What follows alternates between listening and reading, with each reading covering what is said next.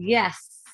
Aloha and welcome to Wisdom Dialogues with Hope Johnson, coming to you from Hawaiian Paradise Park on the beautiful big island of Hawaii. Yay! Welcome everyone. I'm so happy you're joining.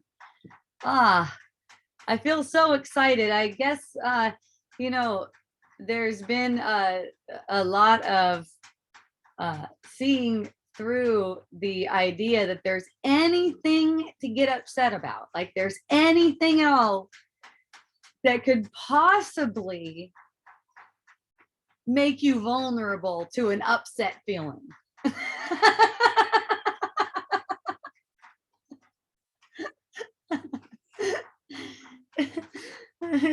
It's like it's like, yeah, but what about this? Yeah, but what about this? Well, what about like if think of the most grotesque thing, the worst thing that could possibly happen to you. For everyone it's probably different.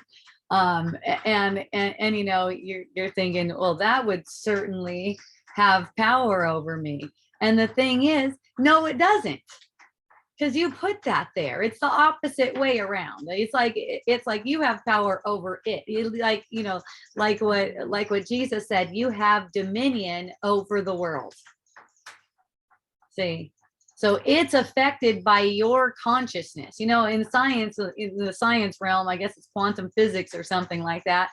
They're saying that with your belief, you collapse reality. That's what we do. We collapse reality with our beliefs, and our beliefs are so conditioned. We're so trained to believe the way we've been taught to believe about everything. One friend was sharing with me, he's like, I found out that every single thing is upside down and backwards. And I'm like, yeah, all the way from the very beginning of it, where they teach about like personal responsibility over your life. It's like, it's as if you're not dreaming. I mean, do you have personal responsibility over your dream when you're sleeping at night? That's just playing out your consciousness, right? It's just playing out your consciousness. So it's like when you perceive a threat, when you perceive that something's threatening in the world, you get a reaction. And that's a conditioned habit.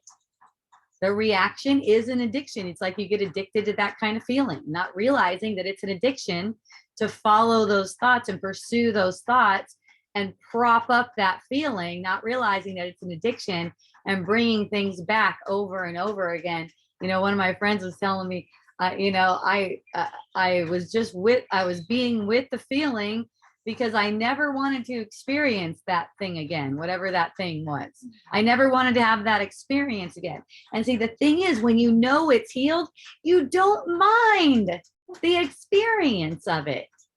You're welcoming to the experience of it, because it's through the experience that you can demonstrate to your mind that only love is real, that this is a dream and only love is real. It's actually through the experience. So, whatever it is that seems to mind what the experience is, that's just trying to make it as if you're in the world, like you're not dreaming. And the whole thing is made up as if you're not dreaming. And, the thing is, we're here to remind ourselves, one, we're dreaming, two, only love is real. So, and this is done in different ways, not necessarily, I'm saying it really plain to you right now. I'm just saying it in plain language like that. But there's, the words are not it, really. I can't demonstrate it to you through words. I can only demonstrate it to you through relating, communicating beneath the words. But it's not really the words that, that heal that thought of separation, that heal that thought that we're not dreaming. We're not making this up. Even the idea, say a glass falls and it's like, who broke it? Even that idea, who broke it? That's something we made up, and we take this thing as something that's real. I was sharing with one of my friends last week that, it seemed like, uh, it didn't even really seem like it to me, but I guess because she was in the closest proximity to that glass when it fell, it could, from an ego perspective, she might be responsible for that glass. And I was, pointing out to my friend, we all are getting a perception of a glass falling and breaking. That's all of our perceptions equally. It's not like one person is responsible for it. So, way earlier on, maybe back in 2011 or something like that, um, I was talking with one of my friends about this, and she said, "Yeah, I was up on stage, and I was speaking about how we're not separate and how we're having, our perceptions coming from our mind." And this guy stood up and he was like really angry, and he goes, uh, "This doesn't come from my mind. What if I'm in a food court and someone comes and blows up the food court? Did that come from my mind too?" And she's like, "Well, it's like you were there. So yes, it's like you were there. You weren't really there, but it's like you were there. You're getting a perception of it. It's definitely coming from the mind. So you see how a person can take offense to that really hard. And that guy was actually at a place where he might, hear something that you might expect to hear something that it was triggering. So, a couple people have asked me this week too about, how do you get this message across when people are taking offense to it so much? Well, it's not up to you, plain and simple. It's just really not up to you. What's your reaction to them not supporting your belief? See, it's like whenever it comes to a sense of confusion, a question, anything like that, you're holding on to a belief and making it real. That's all. So if someone seems to not be receptive and you got a problem with that, you're holding a belief. That's all. For me, when someone seems not receptive, it's sweet, it's cute, it's charming. I found myself unfriending a person on Facebook this past week, and I thought it was so cute. It's like there's a sense like this person is looking for conflict, and I'm like, oh, okay. And I just go, okay, what's going on? Oh, unfriend. I have no idea like what my response in the world is going to be. It doesn't matter to me. Okay. So I go, oh, we'll just like unfriend the person. That way they don't have to see my post and get a reaction and tell me how crazy I am. So then the person emails me and tells me some bad, I forgot some, I'm bad somehow. I did it wrong. Something like that. And I told him he's welcome to follow. My page is for people, my page is for people who appreciate me. And that made him so angry. It was so cute. He just gave me such a good reaction. Like I felt it in my body. I'm like, oh, boom, there it is. Okay. Whenever someone reaches out to me to connect with me in whatever way it is, it's like, okay, this person is connecting with me. This is important. This is a teaching for me. It always is, and that's the way I look at it. It's like, okay, it doesn't matter to me what I seem to do in the world. I don't have any judgment about that. What I say, what I seem to do, if I unfriend, if I keep a friend, I don't care. I'm only looking for the connection. So the next thing I know is like all this stuff. Well, you've really fallen from grace. I'm paraphrasing. You've really fallen from grace, and something about returning an essential oil to Amazon to further show my depreciation. And I was just like, oh, and it just hit me so hard. And I was just like, oh, I felt it. And I was like, thank you so much. I feel you. I appreciate you. And then, and then that was the end of the conversation. The guy sent back a heart to me, it's like, oh man, I feel that. Oh yeah, you're so fucked up. And it's not about me. It's just like, it's for me to extend love through, because it's like you get the it's like you can share an experience, and it's like I don't need to be friends with the dude on Facebook. It doesn't really matter to me. I could be and I could not be. That's not up to me though. I'm not in charge of my movements. Only thing I'm in charge of is relaxing my judgments. Isn't that so sweet? Yay, aloha. Yay, Shane. Thank you for joining, Bee Charmer. Yay. Thank you, everyone, for joining. I appreciate you. So, yeah, I mean, it's like an adventure. It's like an adventure.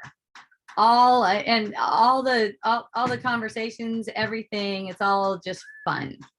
The dreamer never sleeps. Yes, that's right, Bob. We're always dreaming. Even when we seem to be sleeping in the dream, we're actually dreaming. It's the same. Let's just say it like that.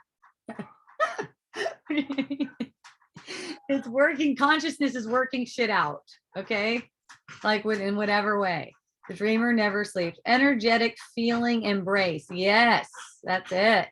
That's it. Okay. Aloha. Question in general. I am in that super uncomfortable phase of undoing my unhappy dream. And my question is, now that I see the level to which I am idolizing things of this world, now I am super, super suspicious of when something now of this world brings me joy. Good, good. Be very suspicious of that, because it doesn't bring you joy. It comes from you. And if you think it brings you joy, guess what? The opposite is coming. That's really fun, isn't it? Whatever you think you want, it's also going to be a thing that seems to bring you pain. It's just the way it goes. Look at that with like a kid. Oh, I just want a kid so bad. And the kids come, that little fucker. It's like it reminds me of this one song too. We used to sing when we were little kids, and it was about I'll just sing it. I've been waiting in a king size bed, just a waiting for a king size head. And when it finally came, I threw an awful fit, cause too bad it didn't fit. It's just like whatever it is you think you want, it's like not. It's always going to bring you pain. And that's the way it goes, because that's what illusions do. That's how dreams are. Okay. Like you love your house, and then, something else occurs, whatever.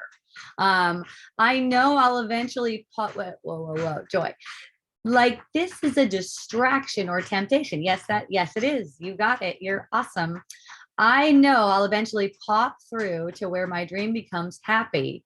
But am I screwing myself by being all suspicious of the level of happiness? Oh, no, you totally enjoy the shit out of it. That's how you do it. You enjoy the shit out of it. Enjoy it. And then just see, this is what's fun. This is what's fun and happy about it, and easy. You enjoy whatever it is that seems to bring you joy. It's just that when you're aware that it only seems to bring you joy, and you're really the source of that joy, that puts the responsibility for your joy on your mind instead of on the world. This way, you're not needy, which you're not. You don't need anything, but you pretend like you need shit from people. People are all of a sudden obligated. They owed something to you due to your relationship. They freaking owed you something. Okay. So it's like, no, you enjoy whatever it is. And anything that seems to bring you joy, great. That's easy. It's so simple. All it is you acknowledge that you're making it up as if it's coming from that thing. That doesn't mean you can't use it. You can use it. It's awesome. But see, when you don't, this is how it demonstrates to your mind what's true.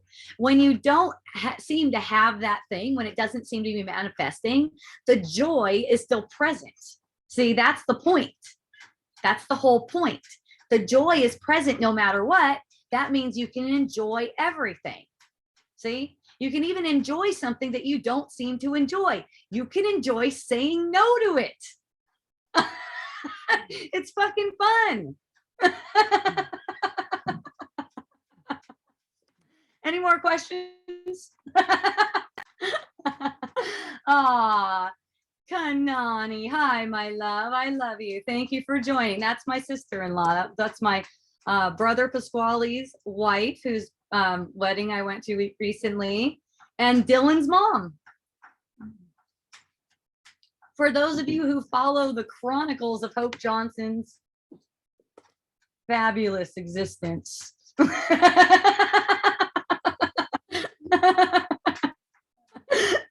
Yes, joy in saying no. So I got a little story about that. One time I was over in Waimea, which is here on the island, and we're doing a retreat where we're doing painting and singing and dancing. Okay, and we were going around in a circle, kind of like marching around all together. Like that's part of like the singing and dancing part. We're kind of like marching around and we're saying yes. We're going yes as we're marching around, saying yes like we mean it, like we mean it. We're like, yes. Okay, so then the next step is everyone's like really enjoying it. And then the next step is now we're going to say no. We're also going to say no like we mean it. And you know, it's like the women were commenting on, because like the way I say no is way different from everyone else. I'm like, no, no, no, no. But people are like, no, no, no. I love saying no. It's fun. No is a yes when it's true. You know, like last night I was at a party and they had some really good weed. You know, there's some really good weed going around. And then at some point it's like, oh, no, thank you. You know, are you just going to smoke the weed all the time because it's going around? Maybe one day you don't even feel like smoking weed. You don't even take it. You don't even take it when they pass it around. You know, you don't know. But the thing is, if it's a yes to yourself, the no is a plain no. It's just good. It's just there's not an excuse about it. Why is it no? I don't know. It's just no. What would make it a yes? Oh, what would make it a yes? Oh, let me see. What could make it a yes? And you know, like I don't know how things are going to go, so I'm going to give you like a little bit of my day yesterday, so you get a little bit of an idea on how to move through patterns with innocence and ease and comfort and curiosity and spontaneity as well. I love that part. Okay, so I was invited to a party. It was a Christmas party and it started at 4:30. And I noticed it seemed like I was getting some kind of symptoms, like sick type symptoms. And I'm like, interesting. Well, I know that's coming from my mind. Okay, I don't have to do anything about that. You know, it's just kind of like, okay, I know that's coming from my mind. I don't need to do anything about that. I'm not in control of what I'm going to do or how the day is going to go. Okay. Next thing I know, the internet is out. We're like, why is the internet out? Oh, we need a new box. We need to go to Hilo to get a new box. We want the internet. Okay, cool. So, you know, it's like there's no pressure put on me at all. I'm noticing there's just absolutely no pressure put on me. Like a couple days before that, it was a different kind of energy where there was something where it seemed like there was some pressure, and I allowed the pressure to be on me, but I was quickly returned. The pain comes immediately, especially when the more aware you are, the more you're going to be sensitive to when you're off track. Okay, so the thought occurred to me, oh, maybe I'll stay home and I just like feel like chilling out, staying home, whatever. The thought occurred to me, and it's like, well, I'm just going to cruise over to the farmer's market. So there I find myself cruising over to the farmer's market, see a friend there that I haven't seen in a little bit. She happens to be hanging out there. I end up sitting next to her. We end up talking and hanging out, and her other friend comes and we end up having a beautiful time. And I forget all about there being any symptoms. Very interesting. And it just comes back to how will you use the body? How will you use the body? If you're using the body for healing. So, there's no motive for me having a conversation with my friend other than the motive that satisfies me for everything that goes on and that seems to go on in my life, and that is undoing the dream. So it's like when I'm using my body, I as mine using my body for undoing the dream, then it's going to seem like it's well.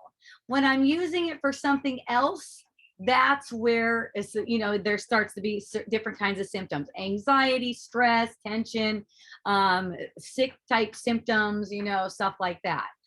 So like, there's a little bit of like chills, kind of like a flu's coming on or something like that. You know what I mean? Like a little bit of chills and stuff. I was like, wow, feel great. So then next thing you know, I go to Hilo. And by the way, they were really sweet that I'm a non-mask wearing person. They totally served me outside and they were super kind about it.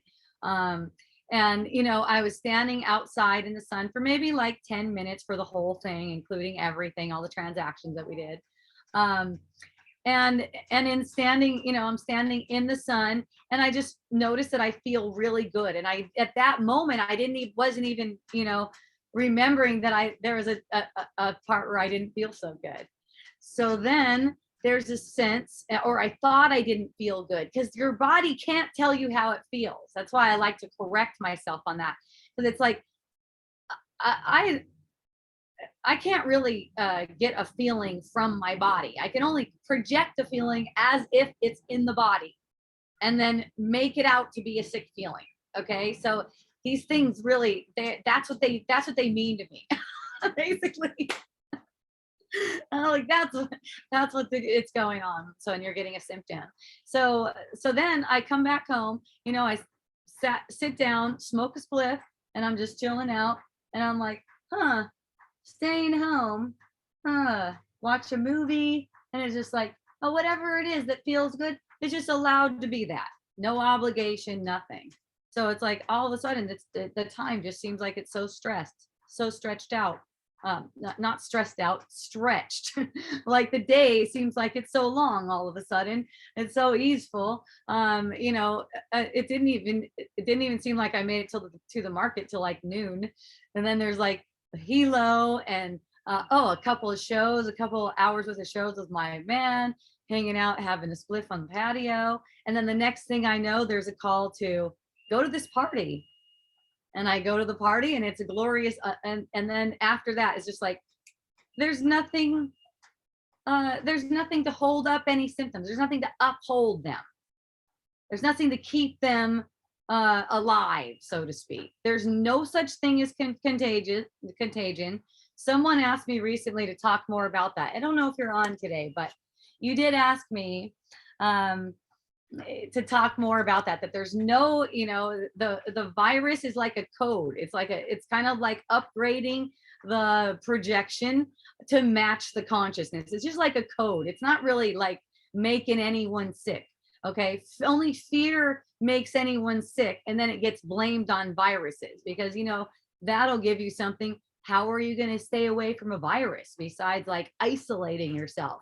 How fearful is that? And it might work for you. It'll seem to work for you. If that's your magic trick. Oh, is that your magic trick? That's how you stay healthy? You stay isolated? Okay, cool. Like however we want to play it, we can. It's awesome. My no is always more yes to myself. Nice, Janine. I do not have to justify my no. Yeah, of course. And you know what? It's not even like in a rebellious way. It's not even like, fuck you, I don't have to justify myself. It's just like, no. And then they might ask, why is it no? It's just, I'm feeling a no. I'm just feeling a no. Yeah. It's like, and then there will be people that don't understand that, because that's what we're projecting and we love it and it's for fun. Some people are going to be like, well, you know what? Well, then you're not spiritual or something if you said no to that. But how's that? You just fell from my eyes. You fell from grace in my eyes. How about that? And it's like, wonderful. Thank you for that gift. Thank you. it's like as soon as I can feel them, it's like, oh yeah, okay, I gotcha. I love it when someone tries to make something really personal. Like when someone tries to make something really personal, because a lot of the times it works. It'll get a reaction in me, and I love that. If I get a reaction, that means I have an inroad for healing. That's what that is. So I want that. And to me, everyone is my teacher. It doesn't matter to me if I'm unfriending you on Facebook. It's still the same. You're all the same to me. You're all my teacher. You're all conspiring. So thank you. You're all conspiring for me. I complete it. I accept that. And you could say it's my goal to complete that for all of us, to accept your gift, to receive your gift. Yeah. And no, that doesn't mean I'm a carpet that people step on. It's not like that at all. I don't have to have any rude, mean. I don't have to have that stuff because I have fun with it. So I don't have it. It shows up and I have fun with it. It's kind of like a video game. It's not much different from that. It's all love in the end, and everyone you meet, you're going to meet again. It's not like you have to try to keep people or put yourself into some kind of a box where you're supposed to be this holy mother Mary, where someone's over there like shooting you with freaking fiery arrows, and you're just like, yeah, just like keep on shooting me with those fiery arrows. It's like the feeling arises and you take care of the feeling, and it's like automatically some way or the other that person is either removed from your experience or transformed, or they might be removed and come back in a playful way. But I'll tell you this, once you're willing to play with it, it's always playful. That's the thing. And so you don't mind they pop up. It's good. Hey, thank you. Thanks for being here. Dang, actually welcoming triggers, blowing my mind. All right. Yeah. Get excited about it. It's good stuff. I mean, what are you going to do? You can't prevent it. You're going to get triggered. That's the whole purpose. That's the whole point of a body. So you're going to get triggered. You're going to get triggered, and you want to. And when that's the case, how like Buddha talks about the middle path, right? That's one thing that he likes to talk about a lot. That really resonates with me. It's like when you'll just go into it, when you'll just go into the trigger, you're not making it meaningful. You're not making these swings, these emotional swings. See, someone who gets a trigger, and they're not like in the middle with it, as in they're trying to resist it. That's all it is. You're trying to resist the trigger. Whenever you're resisting a trigger, what you're doing is you're descending in terms of timelines, vibrational frequency, timelines. Remember the timelines. If you don't remember, I'll say it again. It's like there's timelines, limitless timelines, and they're all on vibrational frequency. So it's like there's one dream life. There's actually one dream life in all these timelines. And it's like you're always ascending and descending, like all the time. It's a huge fluctuation. But the middle path is different, because it's like a straight path. It's a straight path of ascending, because you're not grabbing onto triggers like that. You're just going straight into them.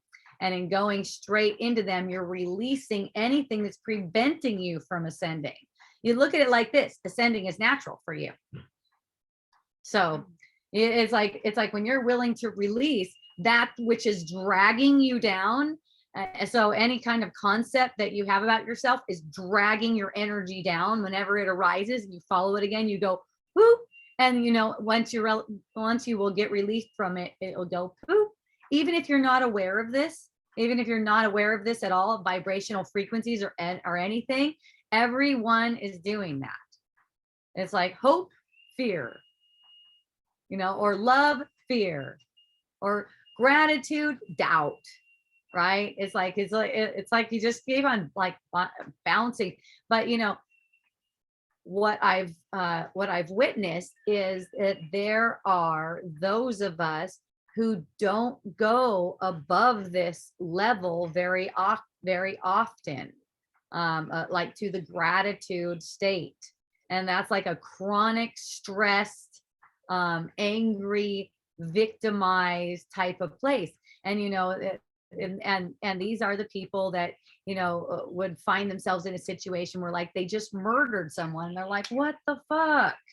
You know what I mean? It's like they don't realize that by having no gratitude at a minimum, gratitude is like, let's say gratitude at a minimum, that's healing.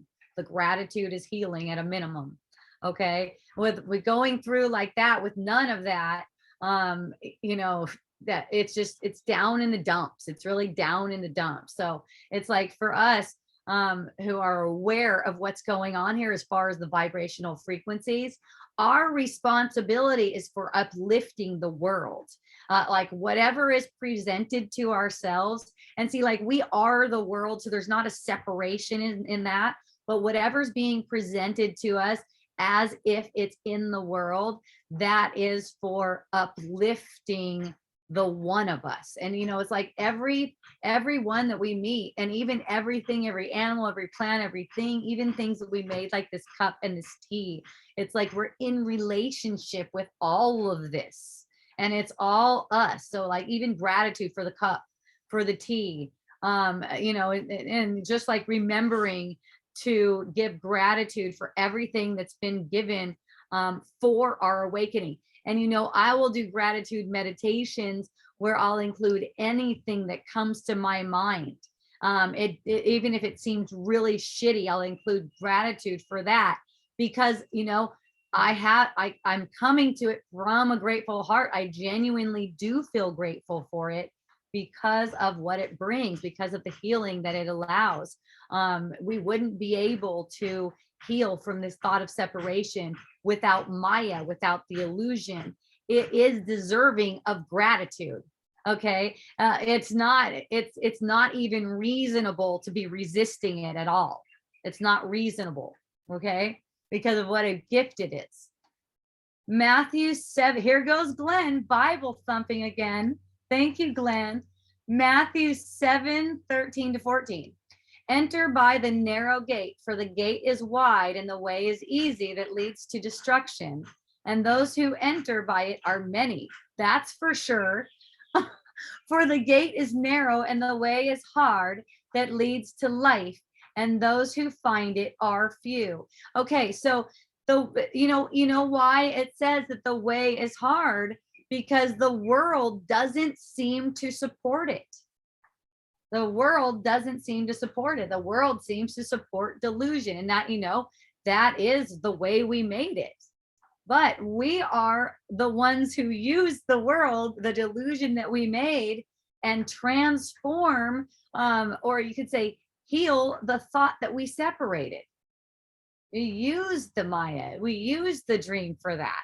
And yeah, who finds that are few. I mean, I talk to my friends who have been following me for years. Some of them are still asking me, yeah, but how do I get more money?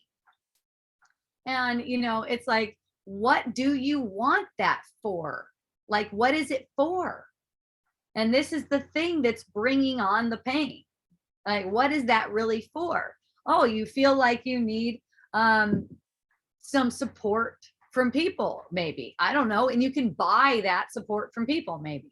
You could pay them to support you, right? It seems like that. Like if I had all the money in the world, I would just have people taking care of me all day long, and that's how that would be.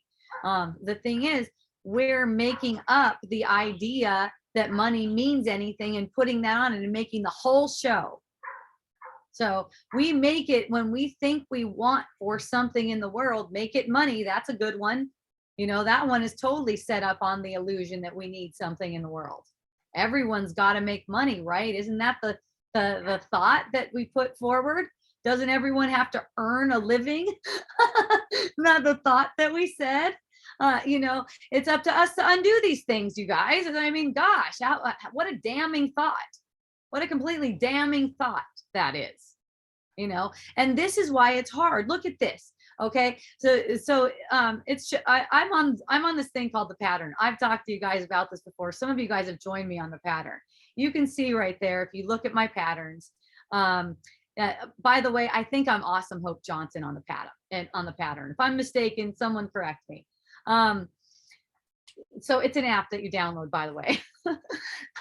So it's, according to the pattern, one of my lifelong patterns is that I'm learning how to relax and enjoy life and being on the receiving end of things. And it's like you look at that pattern and you're like, shit, that's like the hardest pattern there is to play out. That's like the hard, because of the guilty thought of separation. Like you could say, like, that's like the last pattern you're going to be given.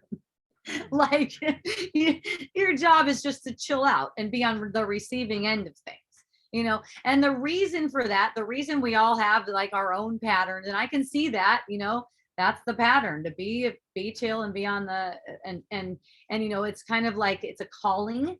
And here's how it looks to me when they're talking about a pattern. The way it resonates for me is that's been a calling my entire life, and also a sense of unworthiness to have that. Like I need to work really hard. Okay, so that's what kind of these patterns kind of show you, and you can kind of like go, oh yeah, I've kind of noticed that like my whole life. My whole make-believe life, I've been acting like I can't relax yet. Not quite yet. I have to like get something. But yeah, in recent years, there's been a heck of a lot more than that. And it's symbolic that I have that pattern. It's symbolic to be on whatever your pattern is. If your pattern is to support people, say your pattern in this lifetime is to learn how to support people. You may be feeling called to support people and also resistance to supporting people. That's how that works when you have one of those patterns. Okay. It doesn't matter what it is. That's just symbolic. Like my pattern with the relaxing, learning how to relax, that's symbolic of the overall to relax everyone. And here's one thing I learned a very long time ago. The more I relax, the more my friends can relax. The more I relax, the more the world can relax. We are totally causing the perception that we get of the world. We are totally causing that. And, I've had definitely direct experience of people in my field relaxing as soon as there's an acknowledgement that there is a triggered energy. It's not even like it's my trigger, like I own it. There's a triggered energy arising in the field. I can sense it. And what am I going to do with it? Am I going to resist it? Or am I going to receive it? It's just like you just receive the juice of that. It's juicy. It's good. It's yummy.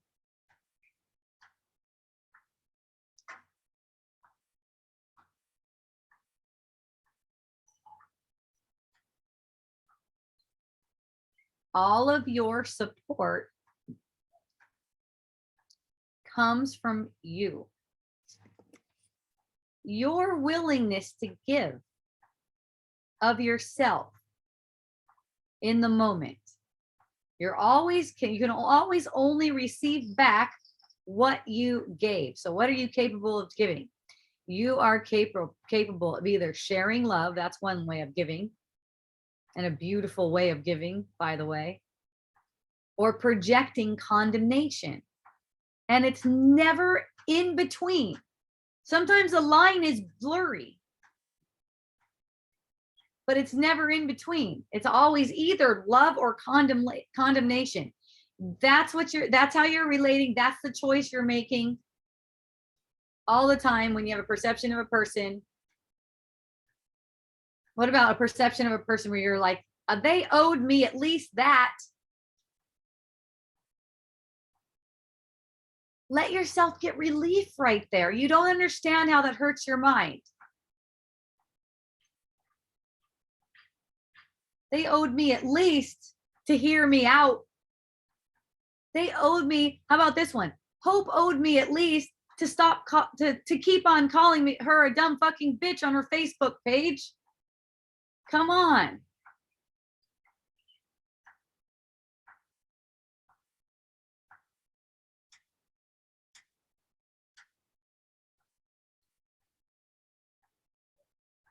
See, that's what hurts the mind. That's what hurts your mind. It doesn't hurt me. It's awesome for me. Whatever you give me is a gift. I use it. I'm like, thanks. I'm stoked about that. And I know because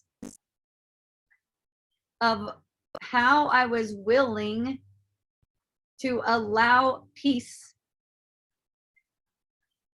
to accept that it is all peace, to accept that it is a dream. I know that a gift was given and a gift was received, no matter what the perception looks like. A gift was received. There's no doubt about it. And you know what? Many times it comes back to me later where it's like, hey, thank you so much. Thank you for, and uh, of course, people apologize to me, and of course I let them know that I really appreciated what they what they were going through, and I know it's not easy and stuff like that, and of course I'm not holding anything against them. I let people know that. Yeah, I mean, people are going through some stuff. That doesn't that doesn't mean that they're not valuable. Their expression isn't valuable. It is. It's valuable for what it is. It's valuable as I'm unfriending the person on Facebook, apparently. Only apparently. It doesn't matter what our relationship seems to be. I hold everyone the same way. You're all, you're all me. You're all holy. You're all divine.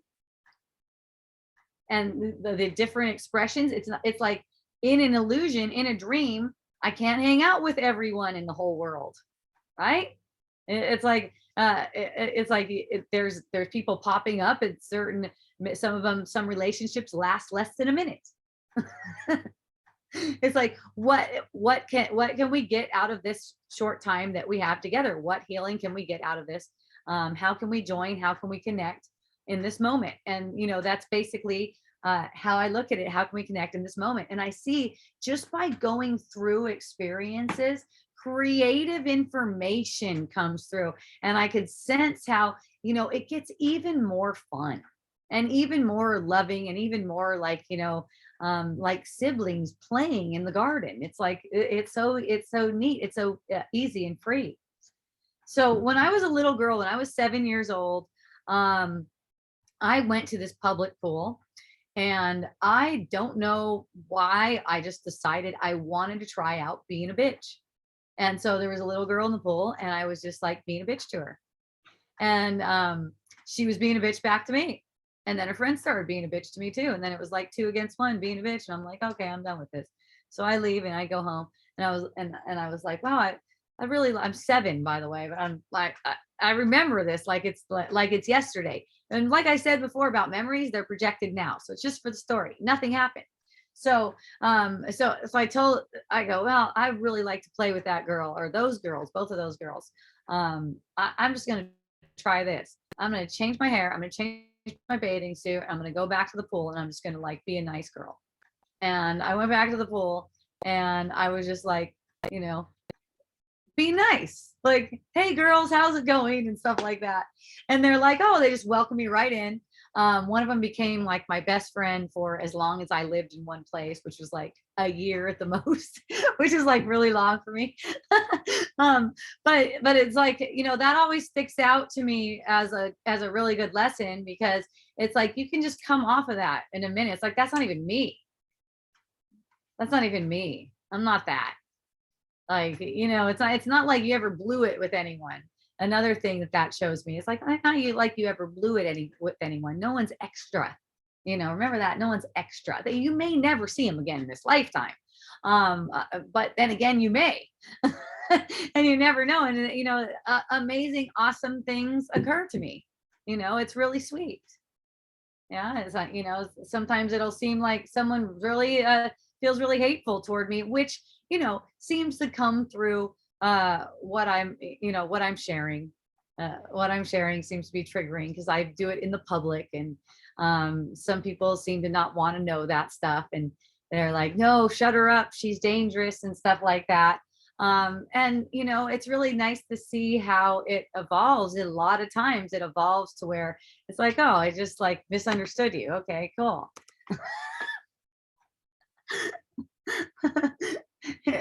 And the way I look at it, if you got the impression that this was against you, that what I'm sharing is against you, is against someone, is harmful or anything like that, you didn't understand it.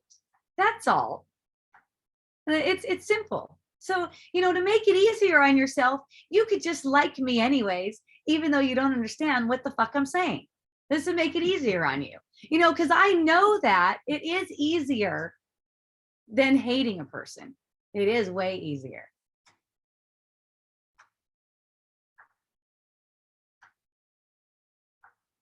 I just know that from my own experience. Like if I hold anyone like that, I can't hold anyone like that. Like I don't even hold anyone wrong for not liking me. I enjoy it. I smile at that. When I see the people, I'm like, yay. I can't even think of any right now. But it's like sometimes I'll be hanging out somewhere and I'll have the impression that a person doesn't like me. And I know that the impression is all entirely made up by me. That's the thing. So even just getting the impression that they don't, I know it's made up by me. I let myself get some compassion for it. And you know what? I'll find out that I was wrong. And gladly. You are wrong when you think they don't like you. Isn't that cool?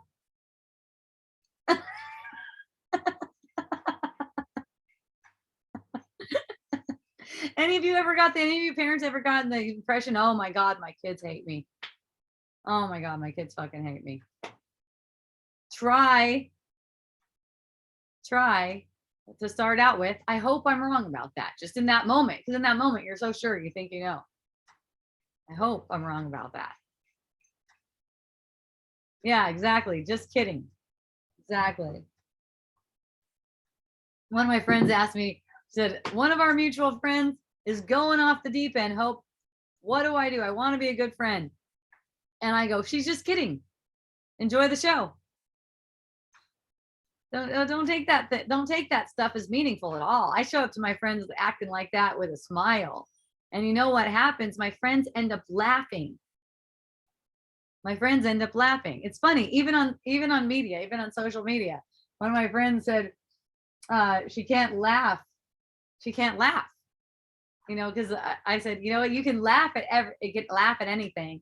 And she's like, I can't laugh. And then she did a little laughing face, like she's laughing at herself for not laughing.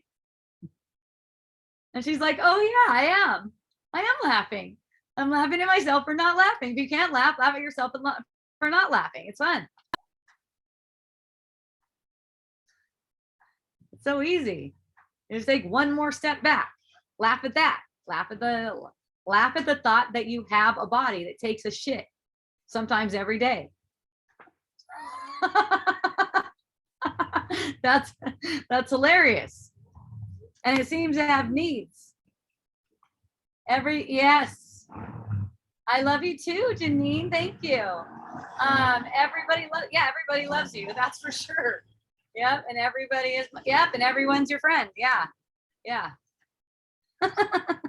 Yeah. And here's the thing. Here's the trick we try to play with ourselves. It's kind of like a masturbation trick where we're using someone else, right? They're going, and listen, what I'm saying, this is a masturbation trick. You might not get it at first, but maybe you will. That they're telling you how terrible you are, how you've done it wrong, how you fucked up, how the word that a person used with me this week, depreciated. I've actually depreciated. I love that. So that's the thing. We've set up people in the world to come and tell us how we have depreciated. That's the trick. So it's like, oh, thanks for letting me know. And as you get that, you keep getting that reaction and going through it with eyes open, just watching and seeing how you can be more and more loving. Like for me, every time I can see, I'm like, oh, I could have been more loving over there. It's not like I could have in the past or something. That's not like a judgment or something like that. It's just that, you can see where, oh, there's a little bit of blindness. It's all about seeing. It's all about observation and making a choice. There's nothing else but that. So it's like you're willing to have peace. To see that there is only peace. Really, that's how you have it. To see that there's nothing, anything that seems to deny your peace is just like a shadow that you cast. It's not really anything that has an influence on you.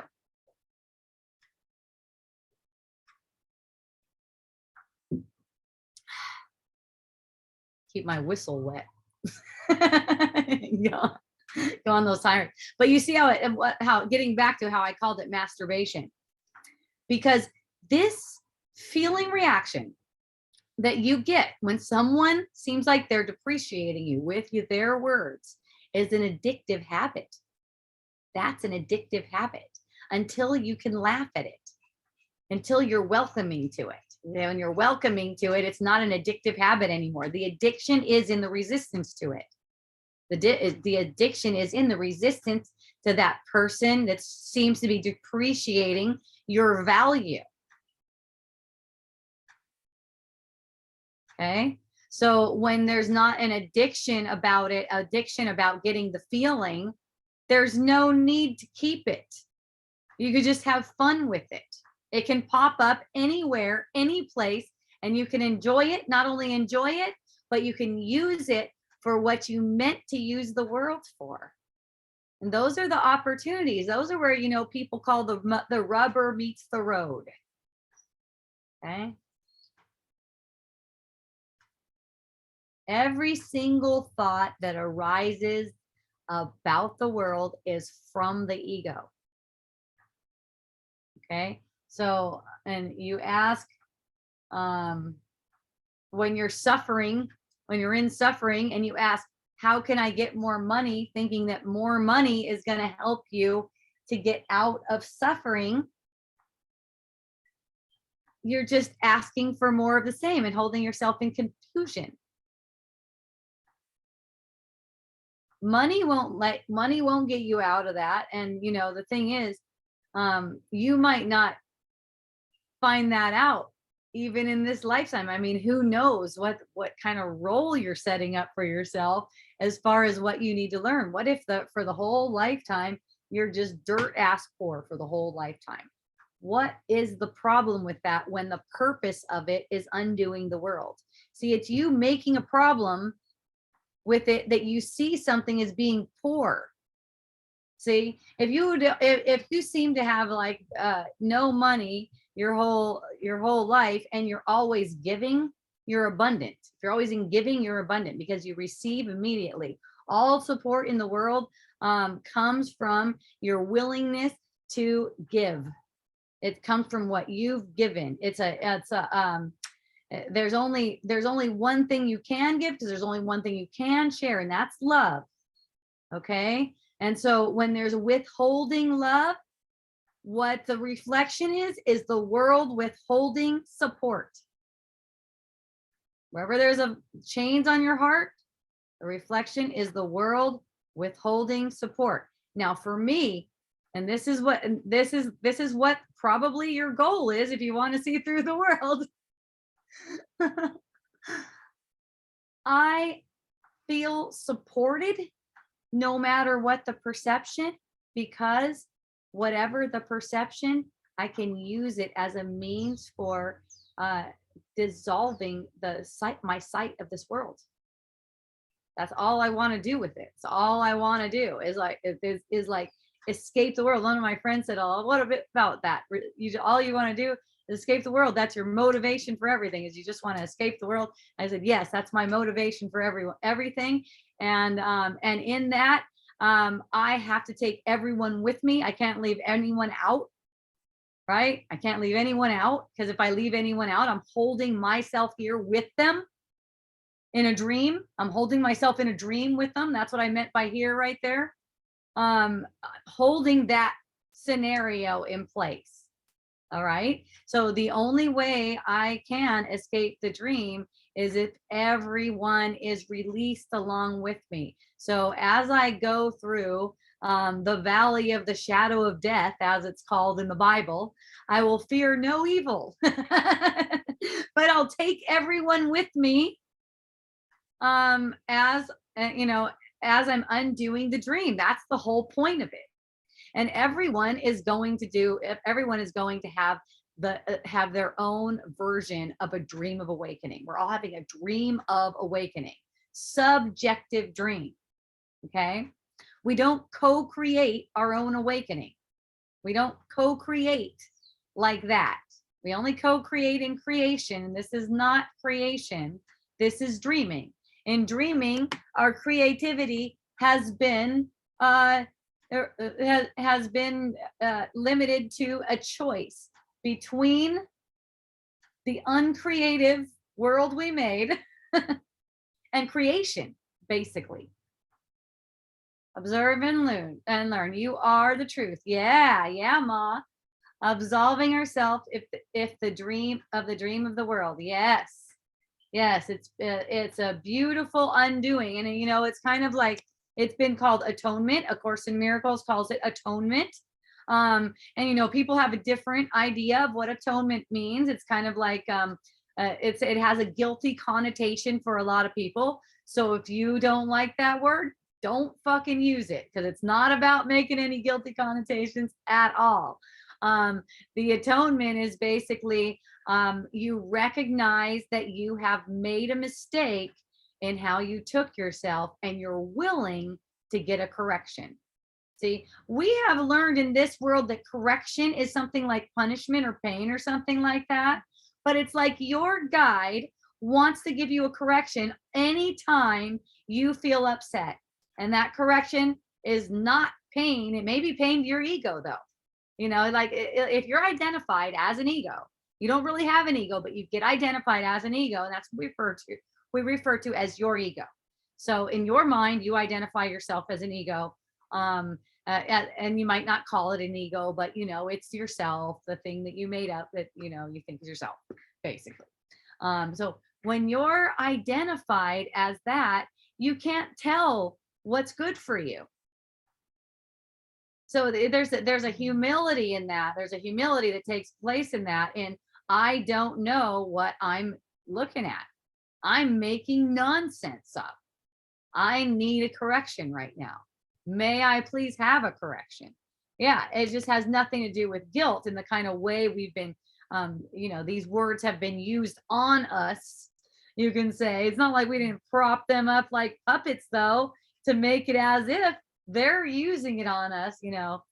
I really like that. I know sometimes I'm really crude. I like really crude comedy. We're all different as far as as we seem to be in the world.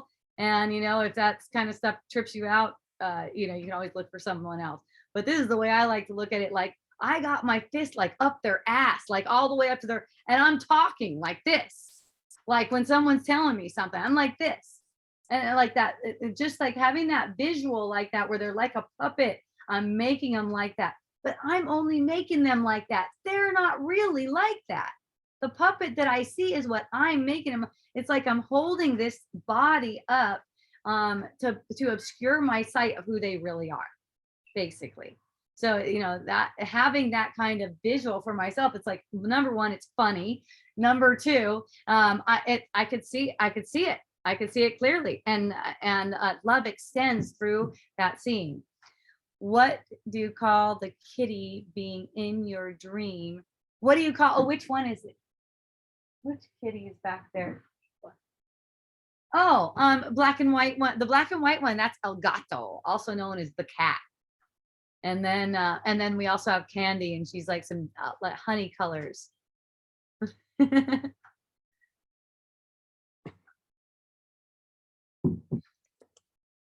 Yes, and someone asked me before too, because sometimes people get their feelings hurt because they think I think they're an illusion. Let me just make this really clear. I do not think any of you are an illusion. That is not what I'm saying at all. I'm saying that the perception that I get of you, and in a dream, the perception I get of you is an illusion, because I'm projecting that. It's like you have a self-belief and I have a self-belief, okay, in the dream. We each have our own self-belief. That's the gift we gave ourselves in a dream.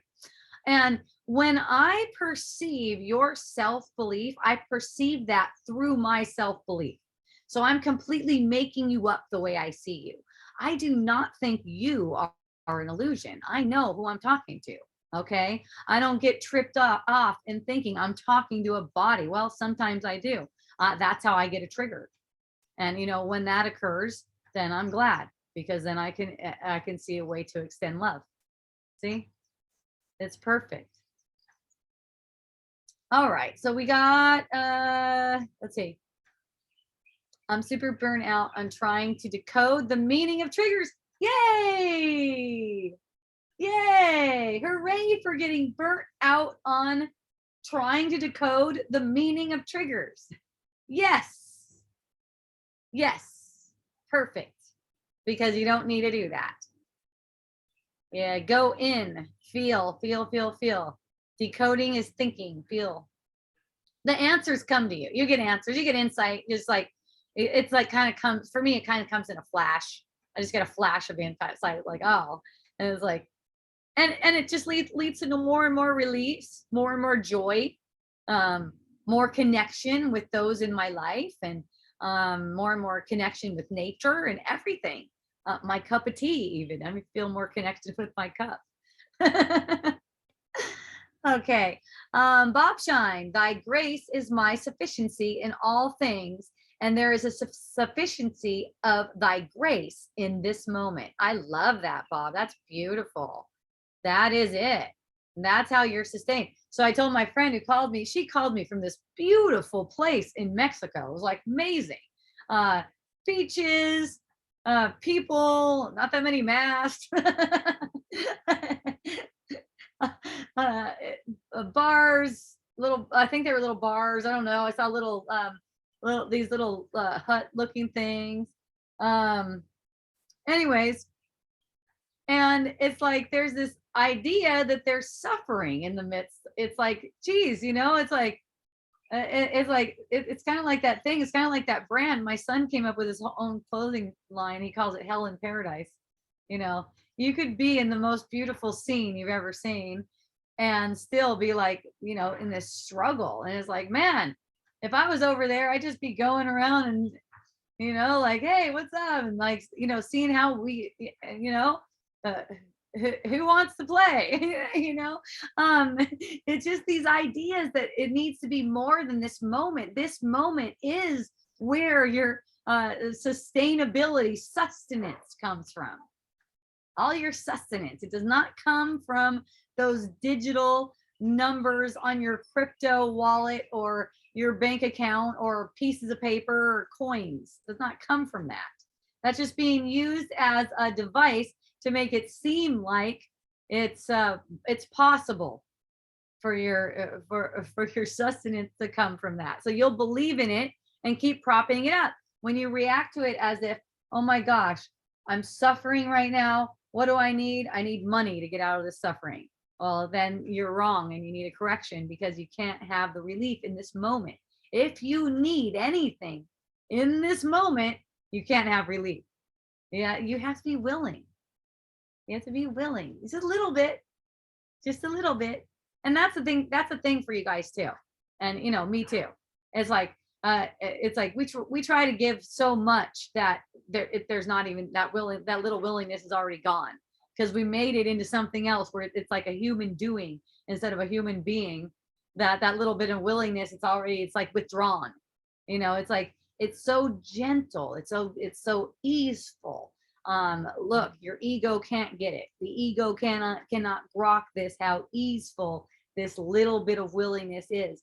All you need is to see that you're wholly innocent, and that's all. There's nothing in this world that can take that away from you. And the thing is, everyone that seems to be in the world is you.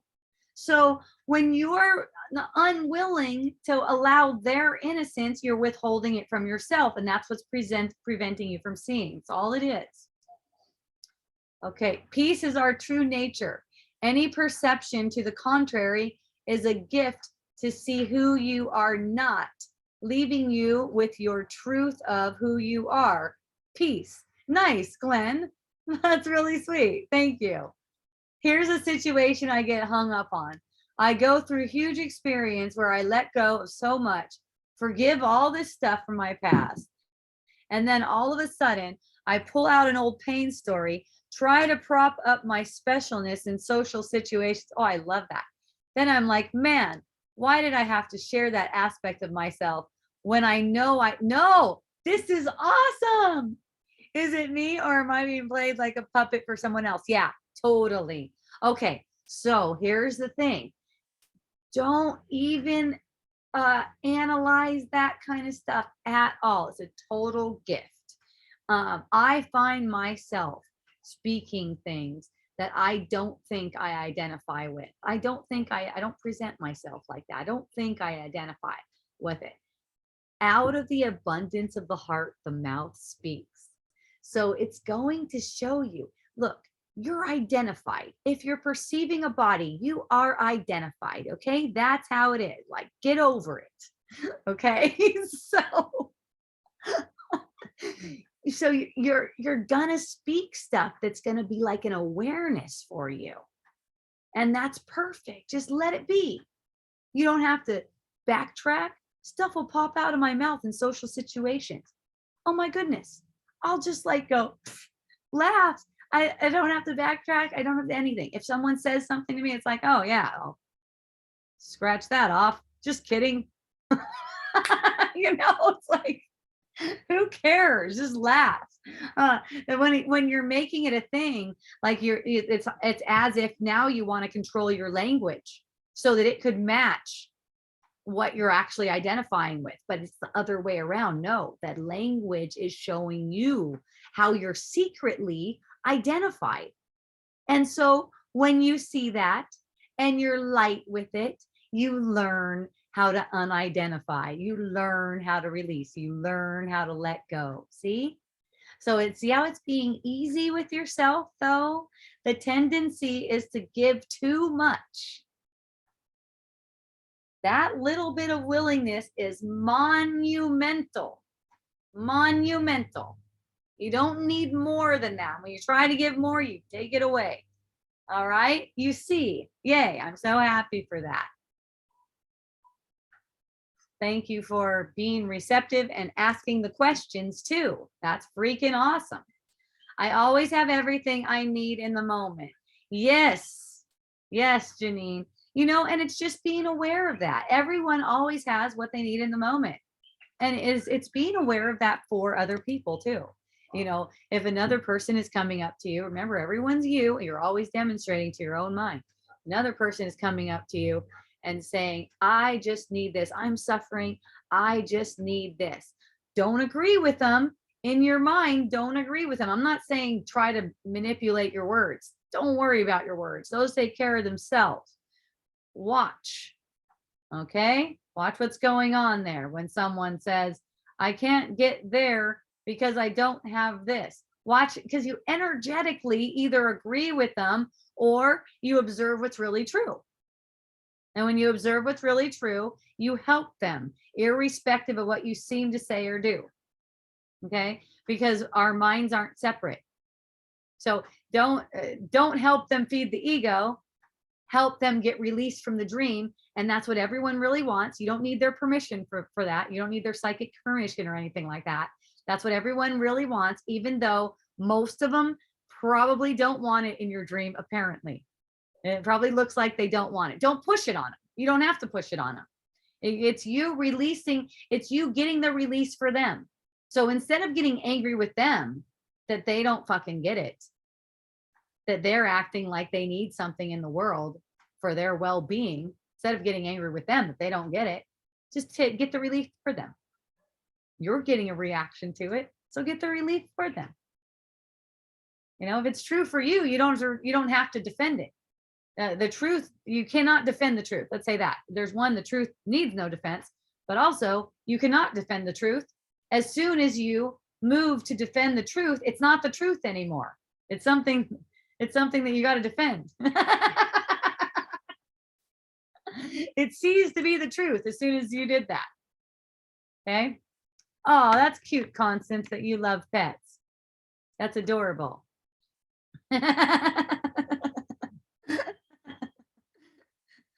You know what's funny? I seem to be a no pet person, but then I'm a family person apparently, and the family likes pets. Like like when I was a little kid, maybe not that little, but like there was like a decision made at one point where I'm like, I'm just never gonna have any pets. That way I don't have to deal with bullshit. I'm not gonna have any kids, or I'm not gonna have any pets. What do I have? Kids and pets. That's good stuff. Have I been have I felt like resentful about that because that's the way my life went? Yes, I have. Yes, I have. And and it was awesome. It gave me exactly what I needed. Lots of my healing and awakening through that thought of separation was through the perception of having a family. In fact, in case you don't know, I wrote a book about it. Some of you are new. You might not even know this, but I haven't talked about it in a bit. In 2018, I published a book called Unschooling for Parents. You can get it on my website, hopejohnson.org. You can also get it on Amazon and might be able to Kindle it for free, depending on your membership. Unschooling for Parents. Okay. You don't have to be a parent to read it, but if you are a parent and you're interested in using your relationship with your kids for releasing both of you from dreaming, which by the way, the road to being released from dreaming is a road of relaxation. Let's look at it this way. Unless you're buying into a lot of ego disease type thought, you are relaxing more and more and more as you go along. So the relationships get more relaxing. And here's how I put it to everyone too. In your dream, it's kind of like you are the mother and father of everyone that you perceive, everyone that you get a perception of. Because you made them the way you perceive them. You taught them how to be the way they are, how to be the way they're presenting themselves to you. So, and whenever any of them are crying or upset or anything like that, it's just like, let them know that they didn't do anything wrong. It's okay. Like no one did anything wrong, basically. And willingness to see that person in a state of grace. Are you willing to see them in a state of grace? And it only takes one that you're not willing to see in a state of grace to hold yourself in dreaming. I have one friend, really sweet friend, super smart. He helps a lot of people to get a lot of relief, and he gets a lot of relief himself. And he was telling me, you know what? I came super close to releasing I think it was maybe government officials who are putting on the pandemic or something like that. I got really close to releasing them from my judgment, and I felt my heart start to open. And then it was just like I felt this energy come in and say, no way, I'm not releasing those fuckers. And he's like, I'm not doing that. I'm just not doing that. And I go, well, it only takes one. And it's always going to be something. That's how it is. It only takes one thing. I'll release everyone else, but I won't release that. And it only takes one thing to uphold the world. It only takes one thing to cause you suffering. Okay? So if you ever feel like, oh, it's hard to get through this day or anything like that, that's the kind of thought that this causes. Like, you're trudging along. You're getting like symptoms of illness. And a lot of the times they escape without our even noticing them.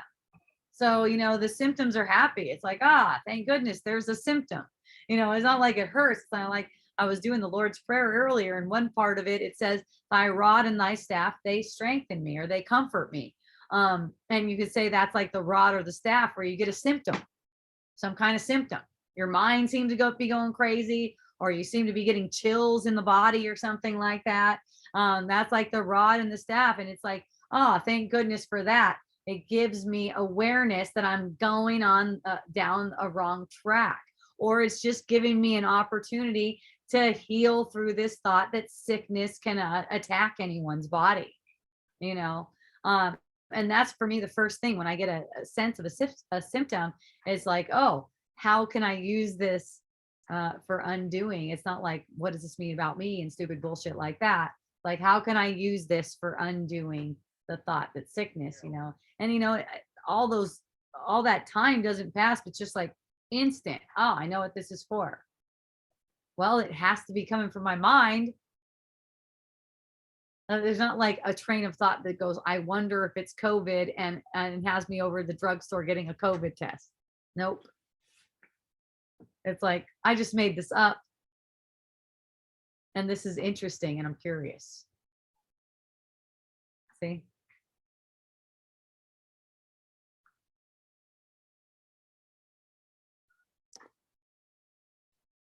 And the funny thing is, I end up not even going to bed till like midnight. I like close the party down and shit.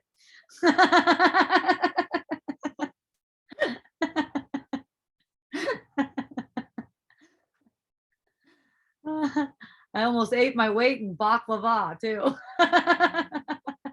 It's delicious. And vegan cake. I was laughing because there's no alcohol at this party. It's a vegan weed party. Vegan food and weed. That's the kind of party it is. That's my kind of party. That's like a dream party. I mean, I eat other food besides vegan food, but you know, just that, I guess just that there's weed.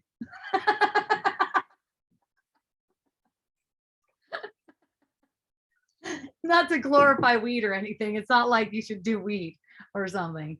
It just happens to be a funny part of my experience that I like to have fun with.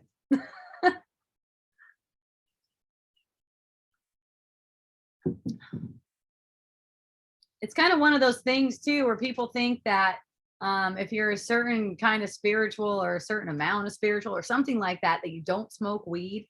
A lot of people assume that I don't smoke weed. They'll just assume it. In fact, one woman told me recently, she was standing next to me and she got self-conscious because she was holding a joint in her hand and she thought I might be judgmental about her joint. And then she found out that I smoked weed and she's like, what? Oh my gosh, I was feeling like this and all this kind of stuff. And I go, yeah, you know, anything that that we make up, that we seem to do in the world, we like to make stories about things, like if it's good or bad or this or that or anything like that. And the funny thing is, you know, like I don't find myself smoking a bunch of weed. It's not that appealing to me. Like I just like to get a little bit like that. So it's not like I'm like, okay, I gotta smoke a bunch of this because I like it. But it's just kind of like, I just think it's funny that there's this judgment on it. Like you shouldn't do it. Like if you do it, then you're somehow not something. And the thing is, no matter what it is, it's an illusion. It just really does not matter. Is someone getting hurt by it? No. You know, is it what is it? You know, why are we making different things into things? Some people make meat into the thing. That people who have an idea that a spiritual person would be vegetarian would just assume, if they, you know, think that I'm a spiritual person. Not everyone does, but certain people certainly do. In my dream, I must be a vegetarian. That's one of the things. I must be a vegetarian. I must not.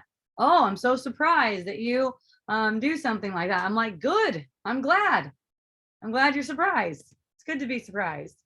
You were talking about weed at 420. I was. That's freaking awesome. You love weed too. That's awesome, man. It's so funny, man. I just always like gravitated toward the stoners too. Like I go across, when I was in high school, I was across the street with the weed smoking people, you know, because I was already in the quad. I was in the quad with the semi-cool people. They were semi-cool, weren't all the way up to the top tier of coolness. But, you know, we were kind of like in the middle. And they looked down on the people across the street. And that just automatically made me want to go over there and see what was up with those people. So once I went over there and saw what was up with them, I'm like, I'm not even going back to the quad. Every recess, I'm coming over here and I'm going to be smoking more weed. You guys are cool. Baklava fist bump. I'm having some now. Nice. All right. Happy about that. Yeah. No, it doesn't matter if you smoke weed. People ask me different things like, what have you done? Like, why is it so easy for you? Why is the forgiveness thing so easy for you? Well, I don't think it's really anything that I've done or am doing in the world or anything like that. Although there has seemed to be a lot of things that I seem to do for spiritual expansion. You know, I was just reminded the other day, I used to pump my Dantian, which is the also known as the hara, and that's the area between the belly button and the perineum, where I'll put this down a little bit. I just like pull it in and out like that, like 1,000 times in a day, and then after that, hit it a bunch of times, like 500 times or something like that, just doing some wild stuff. But you know, at that point in time, it just seemed like I needed to be doing something. So it didn't really matter what it was that I seemed to be doing. It's just that it's such sweetness when you're just using the body for awakening. It's like the devotional aspect of it. Also, that could turn into something else. Like people get really involved in the aesthetics, and like if they miss a day, they have a hard time with it. For me, what's easier for me that I see that it is for most people, it's easy for me to kind of like detach from the whole spiritual evolution, freaking, what is it called? Your spiritual practice or your routine, your spiritual routine or anything like that, to kind of like detach from that and watch that play out more of like as a witness rather than that which has to try to get somewhere. Because the more we use our routines, like if it's yoga or whatever it is, or meditation or anything, where we use our routines to kind of like evaluate ourselves, like how spiritual or tuned in we are today and stuff like that, that we're not using it for what it's for, which is actually seeing through. So still within that, it's like there's this sweet devotional willingness that's naturally leading, it was naturally guiding and leading me toward exactly the things I needed to see in order to be a recipient of peace, a recipient of grace, you know, because it's only me allowing myself that, it's only me seeing that my value, and that and none of that self-doubt that I made up has any kind of meaning to it whatsoever, that I have that peace, I have that release. It's like I'm allowing myself. So that's what all the spiritual practice is geared toward. That's what all of it's geared toward. And you know, the first really simple thing that I saw where I sensed the ease in everything was where I learned how to breathe. I didn't realize I didn't know how to breathe. I was like in my early 30s already. It was amazing to me that I was getting a book, and I was like, I was actually mid 30s. I was probably like 36, 37. I was amazing. I was getting this book and it was telling me how to breathe. And I'm like, what? I haven't known how to breathe this whole time. I've been working out too. I've been going to the gym. I thought I knew how to breathe. So I was following the book, and I don't remember what the book was even called, but I laid down on my floor and I put my hands down there where kind of like Dantian is and stuff, and I focused on letting my breath go down there to where it actually moved, where that area moved. And when that area moved, I realized, wow, there's a lot of pleasure down there. Like there's just a lot of it's like such a relaxation when the breath gets to like the bottom of, I don't know what that is, but you know, I'll show you, like your belly just expands. And see, when it's like down here, when you're upset, this area does not receive breath. But when you're relaxed, you know, this area receives breath. And it seemed like up until that point in time, I had never allowed myself to be relaxed enough to get the breath down here. Now, this area is also where my attention goes whenever I seem like I'm off balance, or things seem confusing or anything like that. My attention will immediately go to that area like that. Like I just sense that that's where my sense of power is coming from. And, that may be just me. Everyone's unique and all that. You might feel that your power is coming from the middle of your head. It doesn't matter. Body's not real and the chakras aren't real either. So, like wherever, maybe there's just been a lot of attention focused on that area for me. I've definitely had a lot of attention focused there. And so, it gets to be something that you can use for that, to stand in the power. And one example I can tell you of standing in the power that I've seen is, like having someone get very triggered by me just sitting right next to me and just turn to me and going, you know what? Fuck you, Hope. Fuck you, fuck you, fuck you. And, it's like the attention just goes right to that area. And I feel calm and relaxed in the midst of it. And I could thank the person and also, oh, thank you. Okay, I hear you. I understand. Thank you. To the point where you're kind of like, is that person really yelling at her? Is she really just yelling right there? And see, that's the thing. There isn't anything occurring. So it's like the person can just like off gas all that energy, and then they can come back to composure again. And then, I told the person too, well, I just want you to know that I love you. And she said, I love you too. So it's like with all that energy, and it's like, wipe the tears away. It's all just love. So you see where the choice is, and you see the difference. You see where that choice is. Am I going to just offer a little willingness to be with this, or am I going to resist it? See, like I could have made a choice to resist it. That was my choice. I could have made a choice to resist that person yelling at me. And then I would have been made to manifest in a different way, either crouching down, really upset. Oh, I can't believe this is happening, or fuck you, and getting, so you can see how the choice has a huge impact on what timeline you're going forward on. And that is the,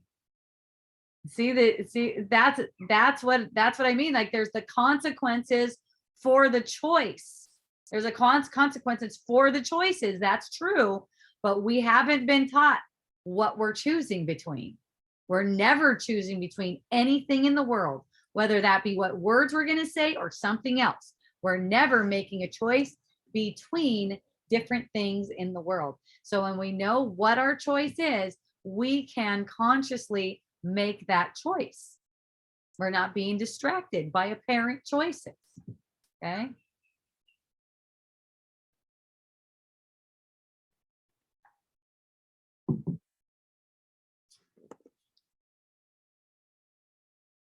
And then, when I get the perception that, wow, that's really how you demonstrate to your mind. Wow, I have dominion over the world. A person is just like completely like, "Argh." And it's just like allowing that to be. And, your dominion is your peace. That's the dominion. It's in your peace. It's like you also have dominion when you try to share something that's not peace. You try to share. You can't share it. You can only project it. That's dominion too. It's just never going to serve you that way. Serves the ego. That's not you.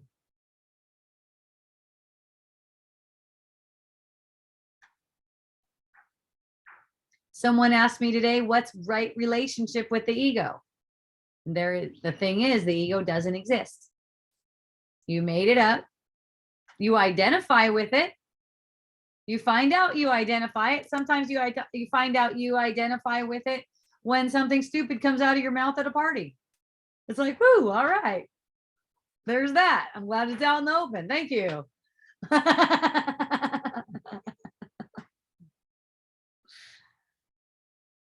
but yeah, the ego is kind of like a comical character. I used to have a friend who would say the ego is like a funny little character, like a funny little character in the dream. It's just laughable. It's trying to make things meaningful. Like it, and you know, the thing, your only problem is you forget to laugh. You forget to laugh at the ego. Because you think you are that, what you're laughing at. We used to say to laugh at ourselves when I was young and we were missionaries. We even had a song for it. I remember the part go, have a good laugh at yourself. It'll do you good. You're taking life too seriously. Have a good laugh at yourself. It'll do you good. Because everyone's got their problems these days. See, the thing about everyone having their problems, they're making their problems up.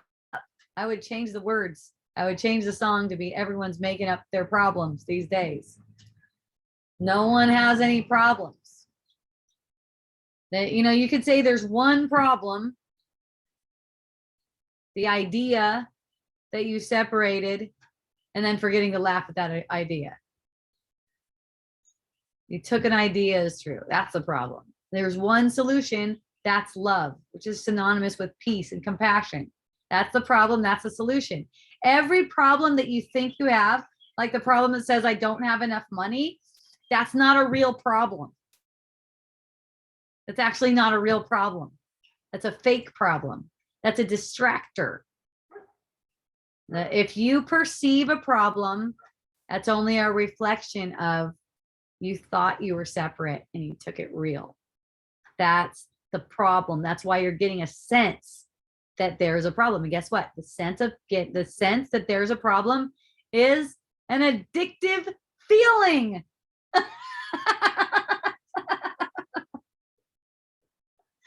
Who would you be without the problem? That's the thing. You're addicted to our problems. And you know what an addict does? You know what an addict does? Keeps feeding the addiction with thought. Only way you can be addicted is in thought. You can't be addicted any other way. You're feeding that addiction by thinking in terms of the problem is real. And you got to solve it. That's the other thing. You can give your problems to spirit. You can.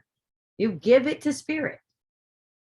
Because the problem that you think you have, your spirit knows what problem you really have and can really answer it.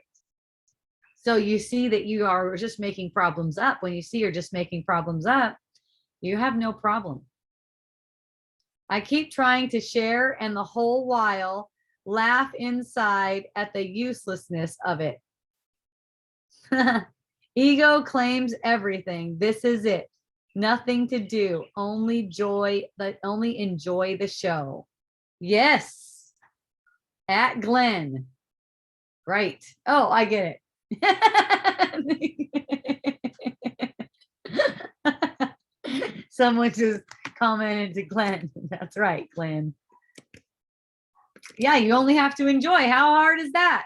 And when you're enjoying, you're sharing, you're communicating. And you know, to go back, Natalie, with one of your questions earlier about, you know, should you just be suspicious instead of enjoying? And yeah, you don't even need to be suspicious. You can just enjoy. Maybe you be suspicious at first that what you think, you know, is bringing you joy is not really bringing you joy, right? But everything is given us for enjoyment. Even if we're turning it away, it's for enjoyment.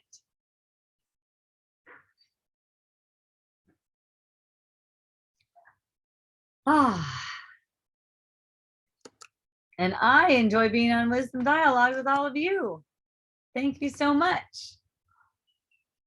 And my space out in Upper Kapoho is coming along. Tony bulldozed that place. He spent a week bulldozing that thing, and he did a whole at 3 acres, he did a whole outer perimeter or the inner perimeter of the fence for trees. There's going to be a lot of trees there. Next, he's going to start building. Yeah. So the plan is I'm going to be in the jungle, kind of hermiting out. I don't know for how long, and I don't know how soon he's going to get it done, but I'm seeing progress being made toward that, and we'll see how it goes. We'll see how it goes. So yeah, it's kind of sweet. It's like gives me such an appreciation, more of an appreciation for Wisdom Dialogues and for all of you guys for as long as this goes on. There definitely seems to be a call for some hermiting out. I don't know for how long or when it starts, but I'm super excited about that. I'm also excited for all I get to share with you, and that I'm able to make recordings and leave them on YouTube and have the recordings that are on podcast, just in case I just go hermit out forever. I don't know. I don't know. But I love everyone so much, and I'm gonna go unless someone has questions for me. So if you want, you could raise your hand. Otherwise, it seems like I am about ready to sign out.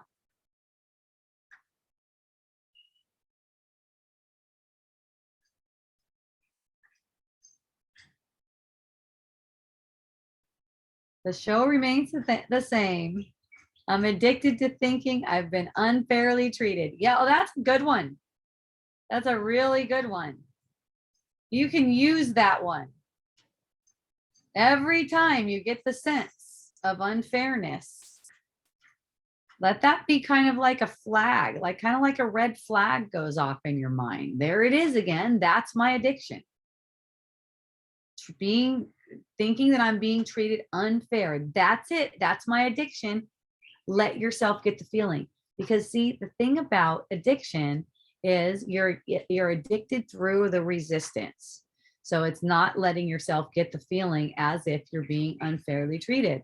That seems to be a theme too, because another friend called me today, same kind of thing. She felt like she was giving, but not receiving. See, material giving is not meaningful. Does not matter, not one bit meaningful. The giving is in knowing that you need nothing. That kind of giving is very sustainable. And you know, it makes it so that the world is like presenting to you, like, how can I be of service? That's how the world presents to you. That's how the world presents to me. And I'll tell you what, you know, no matter what I get a perception of, no matter what it is, they can seem to be ripping me off or anything. Does not matter. They're always presenting to me like this is a gift for you. And that's how I use it.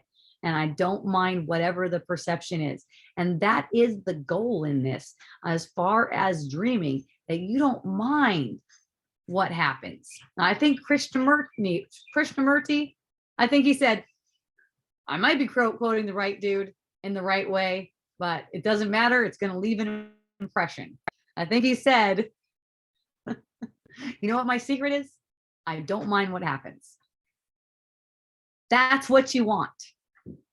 You don't mind what happens. If you mind what's happened, you mind what happens, you need a correction.